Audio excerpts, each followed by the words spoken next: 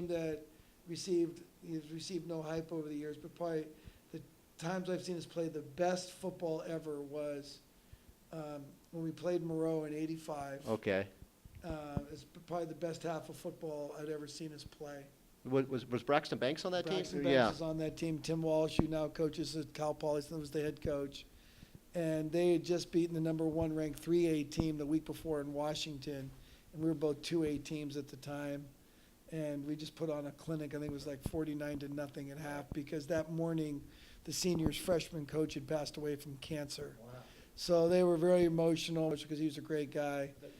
Ed Zuby, yeah. Wow, I remember that. And they played one. Then I hadn't seen a better half of football until he played that Servite game. Right, and that was that Antonio Vernon and Antonio Vernon, Russell Lawson, Ricky yeah. Binkina, and Rick Freeman, Hawkins, and Hinckley, all those guys. Yeah, that's right. And also, I mean, that was the CAL. I mean, that's been lost to history. I mean, yeah, you remember, you played in it. Thanks I mean, to the public schools. pretty much. I mean, we'll get to that. I mean, remember the Golden Bay Athletic, remember that league? Well, you know, we got broken up because there's a lot of schools. You know, there was at that time the population was down, and they needed schools to fill in the public schools. So that's why I always kind of snicker. And people that have been here as long as I have know that it was the public's, you know. By the public schools, I mean, it was administrators and all that. They wanted to break up the CAL so they could fill up public school leagues. Right. Because at the time, we were competitive, but they weren't really worried Right. about us. Then all of a sudden, we started doing really well. Then the whole, Yeah, they don't want all the us, yeah. problems arise. Yeah. Rose, No, I know. yeah. I remember that. I mean, it was a crazy league. It had like Alameda, Kennedy of Richmond. Yeah, Cerrito. yeah. I remember being a kid from the suburbs here, and like, you know, you go play a game at Miramonte, you get lost. Who cares? you go out to Richmond, you get lost. This is a problem. I mean, and Well, I wouldn't go that far, but it was a problem for me. I mean, you're on the bus. I mean, I was driving around the neighborhoods. But I'm trying to remember. That's also what Gino Toretta. I mean, well, you know, it's interesting though, but you know, I think that's a bad stereotype. A lot of those schools, because you know, we played in El Cerrito, Richmond. We played Kennedy, Richmond, and we used to, you know, play Alameda, which, you know, and Encinal, and all these different schools that are you know, different areas than De La Salle High School. And I never had any problems as an athletic director or student body in going to any of those games. It was, you know, it's locally where we had the most problems when we played Clayton Valley, Northgate, and Monte Vista. So yeah. I think that gets a bad rap, Fair you know, enough. I really do. We had no great games against those schools, and I always enjoyed competing against them. right. No, are the neighbors here still upset about the lights, or I can't remember? I know that's Mr. Aliotti's problem. That's right. You've moved exactly. Okay, fair enough. Yeah, I will take that as a no comment. I'm joking. No. Then that was the Golden. But that was Gino Toretta. I think those games against At Pinole Valley, the Pinole yeah. Valley. Yeah. Okay. Right. You know, we got I'm trying to think how Chris Singleton too, the baseball player. Yeah. That's right, with the White Sox. But no, he was an excellent high school football player. Yeah, he was. Yeah, I'm trying to think how I even wrap this up. There's what else I need to cover here. I'm trying to think. I remember the '90s. I guess maybe the game up in Seattle where J.R. Hasty played the best game of his life. I mean, he never did anything at Washington, but that night I mean, what I mean. Well, I don't think he did anything at Washington. I think his grades were always some problems. I think. Yeah, that's what I mean. It's hard to do something if you're not eligible. Well, that's my point. I don't know exactly. That's key. That's a key point. He would have done something, I think, if he had, you know, got his grades together. Yeah. Right, but that's my point. I mean, he has to move on with his life. But I meant, I mean, he was never better than he was that night. And Well, the whole team, the offensive line. I knew in the first series, well, he went 80 yards on the first play, but you could just tell that offensive line.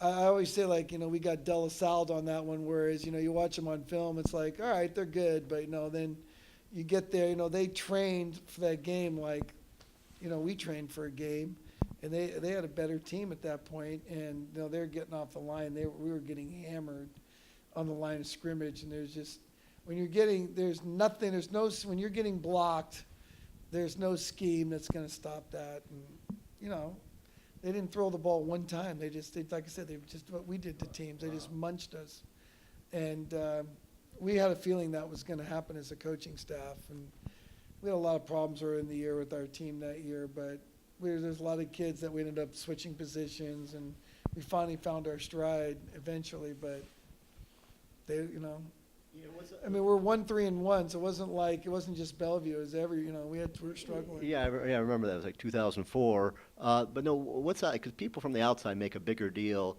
You don't even you wouldn't even talk. It was just about playing your best and the effort, and it wasn't about building a streak. The streak just happened. And I'm trying to think what the question is here. The players probably were more upset than you guys, or no, or what? Because for you guys, it's not the end all be all. Yeah, I mean, I think, a lot of things we try to tell kids, are lessons in life and things, and we try to prepare them because when you're 15 or 16 or 17 years old, you don't see the ramifications of things, back then. So I honestly believe it got to a point where I think our kids just put on their uniform. They just thought like, hey, we're De La Salle, we're going to win. And I really think, they don't really, because their brains aren't fully developed yet. They don't really think things out, So I think, at the time were the kids upset, but,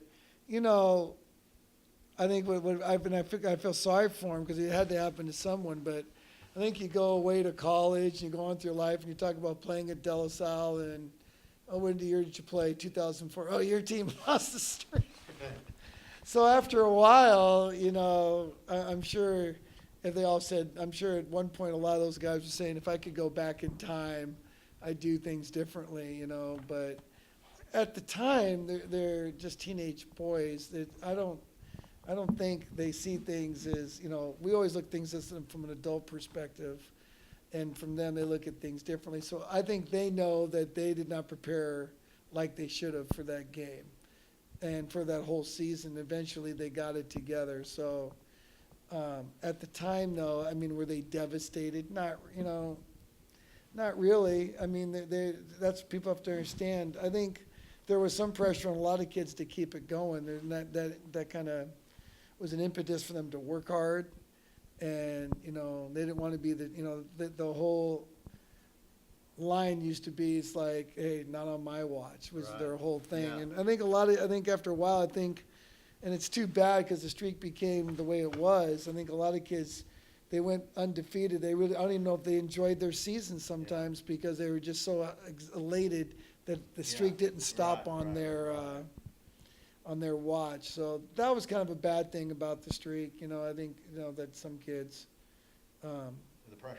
Yeah, I mean, I don't think they thought about it every day and all that, but I think, I don't think they could enjoy their season as much as they could, simply because, they're always worried and they don't want that to be the guys. But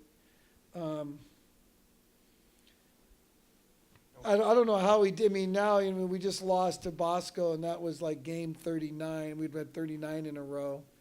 I now really look back and have no idea how we pulled that off, because 39 seemed to be a long time. Right. And, Because I mean, it is. It's just play here, play. I mean, you can. Yeah. No. And then also, I'm thinking that what you said about that 04 team is it's years later. It's not them realizing in life or anything. If you don't give your best, I mean, they could have. Bellevue was better, but if you weren't prepared, I mean, that's a life lesson. I mean, that's what you and Bob Ladser teach.